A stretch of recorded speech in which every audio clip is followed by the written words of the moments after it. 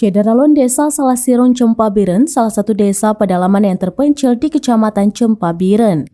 Lokasinya berjarak sekitar 11 km dengan kota Biren ke Tepin Mane, dari Tepin Mane masuk ke barat berjarak 12 km, sedangkan jarak dengan pusat Kecamatan Cempa mencapai 28 km melingkar sebelah barat. Desa Salasirung juga termasuk desa terluas, panjang timur barat mencapai 6 km, sedangkan utara selatan mencapai 17 km, berbatasan dengan kawasan Gunung Goh, Bener Meriah, dan Krung Simpo Juli.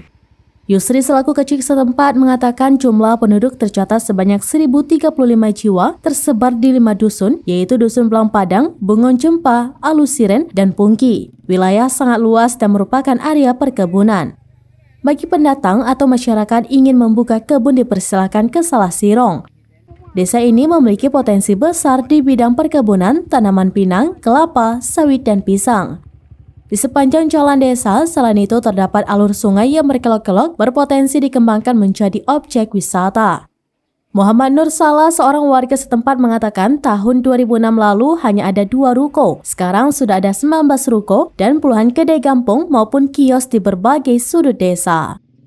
Dari Biren, Ismandin Idris, SerambiNews.com.